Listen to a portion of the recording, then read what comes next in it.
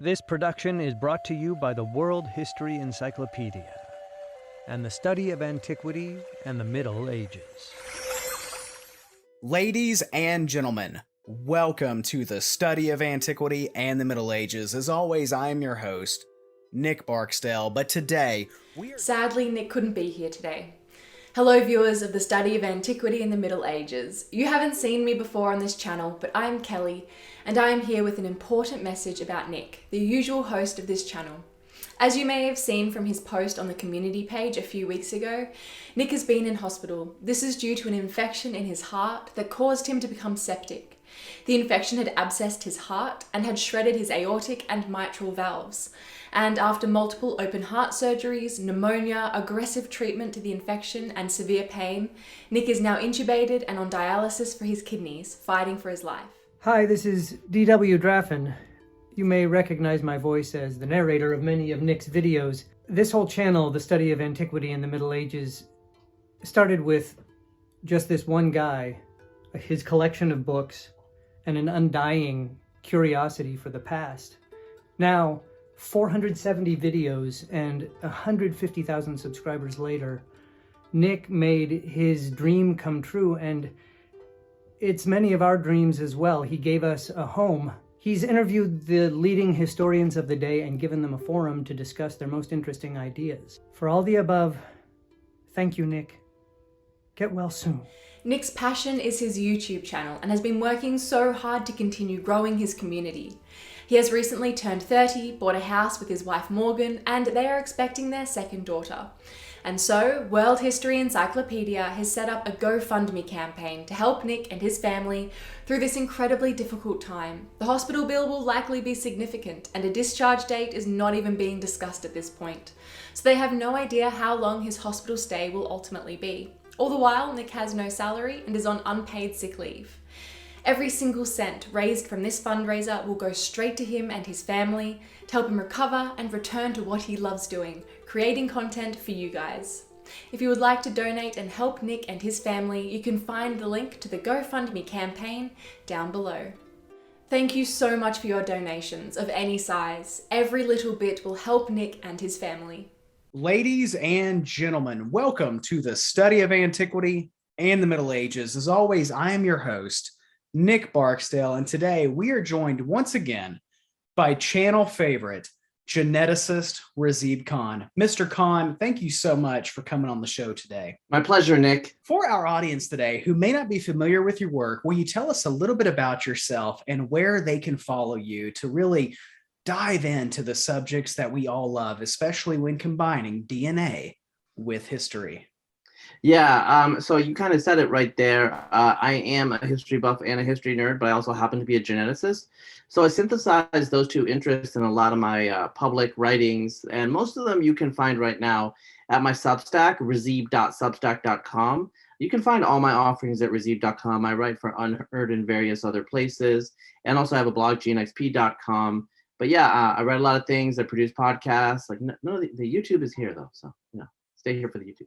For our audience today, when you think of the Magyars, based on your research, your experience, and even your imagination, what comes to your mind? Well, I'm not gonna lie, paprika, because they're the last of the spicy cuisines in Europe right now. So Hungarian food, paprika. That's the first thing that comes to my imagination. But if I think about it, I think of, again, the steppe, the Magyar Confederacy of the 10th century, which raided all the way to the Atlantic Ocean, raided into Spain, caused a lot of problems all over the place. So the terror of Europe in its day.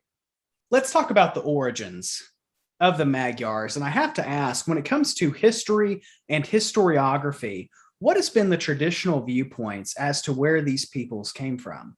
Well, I mean, I think the traditional viewpoint influenced by Magyar myth, Magyar legend, which, is roughly, in broad sketches, correct. They come from the heart of Asia. They come from Central Asia, the Volga region. The assumption has been that they come from the South Urals because they are Uralic speaking language, just like Finnish. So it's called the finno-ugric group more broadly, is what they are part of. The only ones not in the group are the Samoyedic languages east of the Urals. But so they come from the South Ural region. and the steppe. They show up in history in Western Ukraine on the edge of the Khazar Confederacy, Khazar-Turkic Confederacy, and they come into the Pannonian Plain, into Hungary, what became Hungary, basically because of a conflict with the Bulgarian Empire, with the Bulgars, who were at the time Turks. The Bulgar elite were Turks, and it was coming out of that conflict that the Magyars show up in Europe in about 895 AD. And now I want to approach science and history today. When it comes to the Magyars, these people who terrorized Europe in their prime, I have to ask, what has ancient DNA shown us, or in this case, medieval DNA, as to where the Magyars actually came from? It's kind of like the historical linguists are basically correct in terms of the relatedness. There are two Ugric groups in Siberia called the Mansi and the Khanty. They're they're like 50,000 of them, right? Where there are like 13 million speakers of Hungarian. So only a tiny minority of Hungarian men, on the order of like 3 or 4%, carry a Y paternal lineage that's associated with Uralic speakers. It's called N3A. And this is like, in contrast, like the Finns, it's like 60 to 70% of Finnish males. So it's really weird. It's a big contrast. But when you look at N3A, when you look at this direct paternal lineage, how is it connected to the ancient DNA and how is it connected to the modern DNA? Well, N3A seems to have its origins in the east towards the Urals. Okay, that's good. There are two major branches of N3A. One of them is associated with the Finnic languages. The other one is associated with Turks, Magyars, and the Mansi and the Khanty, who are the other Ugric populations. And so the phylogenetics in the genetic sense is a perfect match with the phylogenetics in a linguistic sense.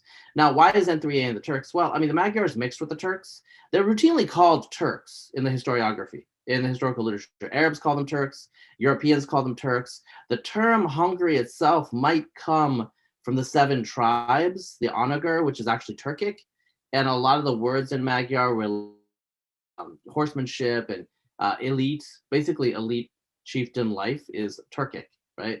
So the Magyars adopted a Turkic culture despite keeping their own language.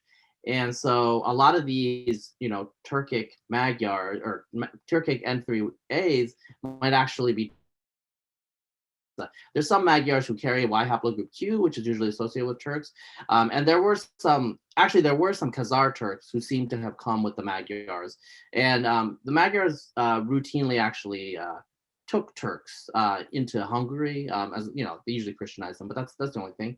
But in terms of the ancient DNA, there have been extractions from medieval cemeteries of conquerors. They call them conquerors, capital C, and then commoners.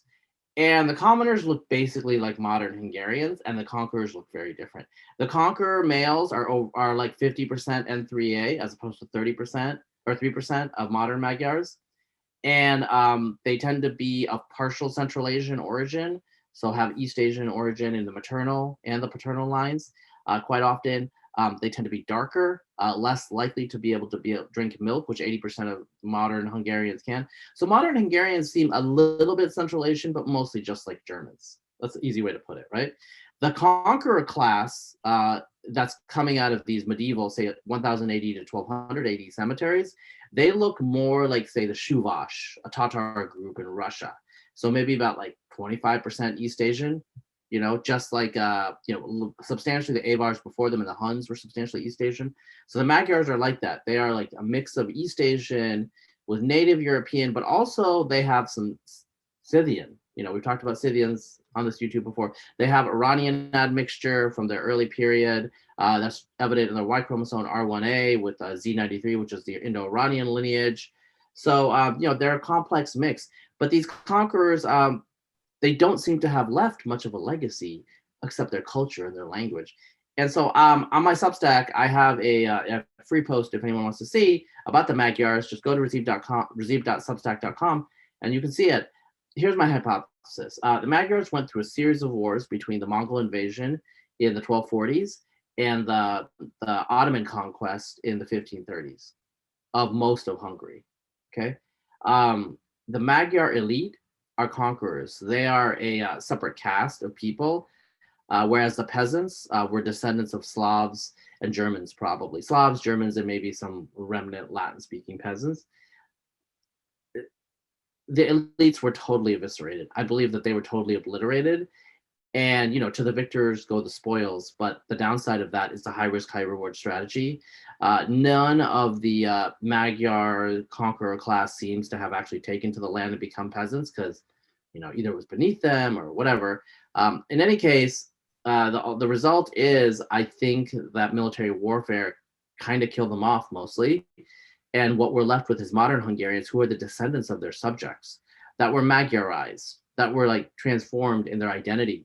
Now, I point out in my Substack piece, a lot of the Magyar nobility, or the rulers of, say, Transylvania, which was a Hungarian-speaking region to a great extent, we know their paternal lineage, and it turns out they're like Croatian and they're German. They're nobles from elsewhere.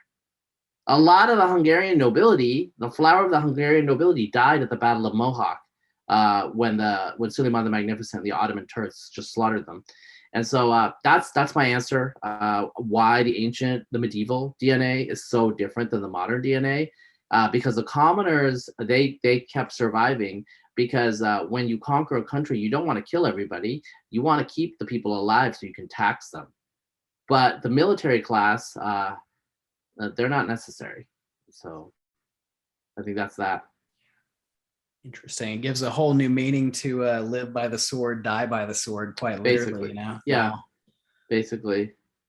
And to my subscribers, definitely check out the links in the video description below. It's going to take you to all of the awesome work Mr. Khan is doing to help people like me and you better understand the past that we all love. And it's no secret, we love studying ancient DNA. We love interacting with the top experts on these subjects, and his podcast and his articles really provide that. And as someone who is actually a member of his Substack, I really can't recommend it enough. And so if you can, go over there, join that community, and really give him your full support